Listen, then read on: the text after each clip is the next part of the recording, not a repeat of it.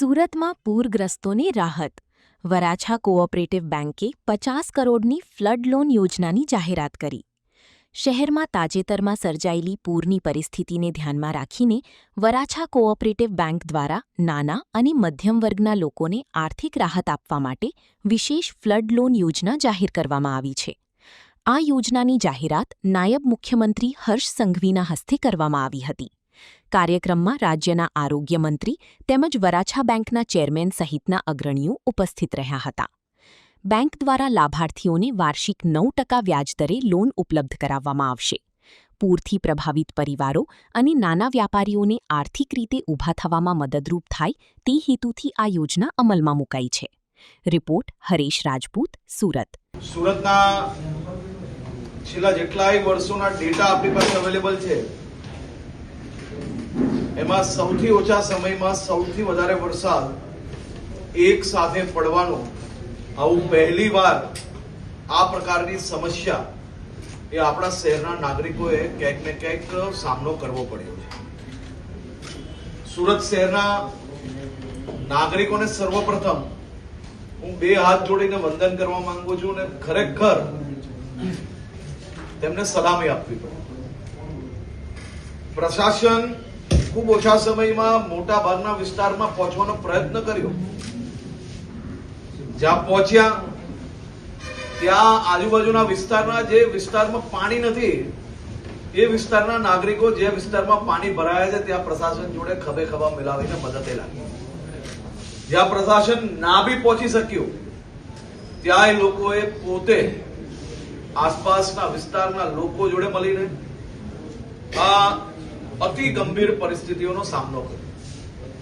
અને આ સામનો આ કોઈ નાની સૂની વાત નથી, કારણ કે સુરતે પૂરનો સામનો તો અનેક વાર કર્યો, પરંતુ સામાન્ય રીતે જે ઉપરવાસના વરસાદના કારણે પૂર આવતું હોય છે એ પૂર ધીરે ધીરે પાણી ભરાતું હોય છે. તેથી આપણે આપણી ઇન્ડસ્ટ્રી હોય તો મશીનરી ફેરવવા માટે કે બીજી કિંમતી વસ્તુઓને કઈ શિફ્ટ કરવાનો સમય મળતો હોય છે. દુકાનો હોય તો દુકાનોમાં જે કિંમતી સામાન હોય છે તેને બી ક્યાંય શિફ્ટ કરવાનો સમય મળતો હોય છે. પરંતુ આ વર્ષે અને આ વખતની જે સમસ્યા હતી એ સમસ્યા બિલકુલ અલગ હતી કે મિનિટોની અંદર જાણે કે આગ ફાટ્યું હોય તે પ્રકારે કોરે કોરું, એટલે કે જે બિલ્ડિંગોમાં 1 ઇંચ બી પાણી નહોતું અને 15 મિનિટની અંદર 4-4, 5-5 ફૂટ સુધી પાણી ભરાઈ ગયું. એટલે આ અતિ સંવેદનશીલ પરિસ્થિતિઓ ઊભી થઈ અને આ પરિસ્થિતિઓના હિસાબે અનેક લોકોને ખૂબ નુકસાન બી થયું, કારણ કે ખૂબ ઓછો સમય મળ્યો ને સમયની અંદર સામાન નિકાલે કે માણસ જાન બચાવે. હવે એવી પરિસ્થિતિમાં લોકોએ આ સામનો કર્યો છે. એટલે સુરત શહેરના નાગરિકોને 2 હાથ જોડીને વંદન જ કરવા પડે. અને આ શહેરના નાગરિકોને ખરેખર ભગવાને આ માટીને કંઈક આપ્યું છે અને આ માટીમાં પોઝિટિવિટી જોડે જીવનની અનેક સમસ્યાઓની સામે લડવાની તાકાત છે. અને તે માટે જિંદાદિલી સુરતી તરીકે બધા જ આપણે ઓળખાતા આવ્યા છે.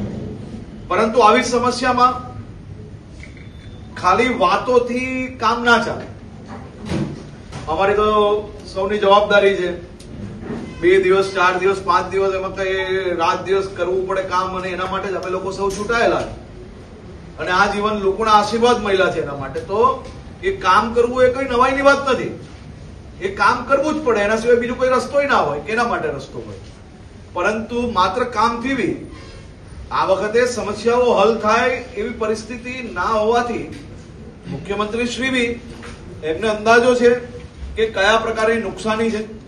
પોતે આવ્યા, કેન્દ્રીય મંત્રી શ્રી હતા, મારા સાથી મંત્રી, ધારાસભ્યો બધા જ હતા અને શહેર સંગઠનથી લઈને શહેરના બી બધા આગેવાનો બેઠા હતા. હવે આ સમસ્યામાંથી બહાર નીકળવા માટે સરકાર કઈ રીતે લોકોને મદદગાર થઈ શકે તે માટે 72 કલાકમાં સર્વેની કામગીરી પૂર્ણ કરવાની છે. ઓલરેડી 80% જેવું સર્વેની કામગીરી પૂર્ણ થઈ છે. કોમર્શિયલ હોય, નાની ઇન્ડસ્ટ્રીઝ હોય, સંસ્થાઓ હોય કે પછી નાની નાની દુકાનો હોય, એમને કેટલું નુકસાન થયું હશે અને એ નુકસાનમાં સરકાર એક પેકેજના સ્વરૂપે કઈ રીતે લોકો જોડે ઉભા રહી શકે, ફૂલ નહીં તો ફૂલની પાંખડી તરીકે બી આપણે સમસ્યા આવી છે તો એ સમસ્યા સામે કઈ રીતે બહાર નીકળાય. અને એ વખતે સરકાર, ચૂંટાયેલા પ્રતિનિધિ અને જે લોકોને નુકસાન થયું છે એ તમામ લોકો જયારે આ સમસ્યાની સામે લડી રહ્યા છે ત્યારે એક સંસ્થા તરીકે વરાછા બેંકે એમ કહે છે ને કે આંગલી ચિંધ્યાનું પૂન, તમે તો આખે આખો ખભે હાથ મૂકીને પુણ્ય જોડે પુણ્ય, ડબલ બોનન્ઝા પુણ્ય તમે લોકોએ કમાવાનું કર્યું. આફતના સમયે વરાછા બેંક તમારી સાથે, માત્ર વાતોથી નહીં પરંતુ 5 લાખ રૂપિયા સુધીની ફ્લડ લોન આપીને કેવલ 9%માં આ લોન તમે જે ધિરાણ કરવાનું નક્કી કર્યું છે, આ ખરેખર અદ્ભુત કાર્ય છે. અને મને વિશ્વાસ છે, મેં અનેક સામાજિક પ્રોજેક્ટો, સરકારના વિવિધ ગરીબલક્ષી પ્રોજેક્ટો જે હોય છે, મધ્યમ વર્ગના નાગરિકો માટે જે પ્રોજેક્ટો હોય છે તેની રિવ્યુ બેઠકમાં હું હંમેશા જોતો હોઉં છું કે વરાછા બેંક સૌથી નંબર 1 પર રહેતી હોય છે. અને આ વખતે બી આ અદ્ભુત માનવતા ભર્યું કામ એ તમે લોકોએ સૌથી પહેલા ચાલુ કર્યું છે. અને મને પૂરો વિશ્વાસ છે કે અનેક પીડિત પરિવારોને 100%નો લાભ મળશે. અને વરાછા બેંક એ હંમેશા મેં જોયું છે કે લોકોના હિતમાં, લોકોને તકલીફોમાં તમે હંમેશા મજબૂતાઈથી સાથે રહીને એની તકલીફો દૂર કરવા માટેનો પ્રયાસ કર્યો છે. અને આ યોજના બી તમારી અનેક લોકોના પરિવારમાં આજે જે મુશ્કેલ ઘડી છે એ મુશ્કેલ ઘડીમાંથી બહાર નીકળવા માટે ખૂબ ઉપયોગી થશે. આવનારા 3 દિવસમાં એટલે કે મંગળવાર, બુધવાર સુધી રાજ્ય સરકાર દ્વારા બી સર્વેની કામગીરી પૂર્ણ કર્યા પછી એનું આખું એક રિવ્યુ લઈને મુખ્યમંત્રી શ્રી દ્વારા સુરત શહેર અને જે આજુબાજુના વિસ્તારમાં જ્યાં વરસાદના કારણે અનેક લોકોને જે નુકસાની થઈ છે એ નુકસાનીમાં એક રાહત પેકેજ બી જરૂરથી ડિક્લેર કરવામાં આવશે.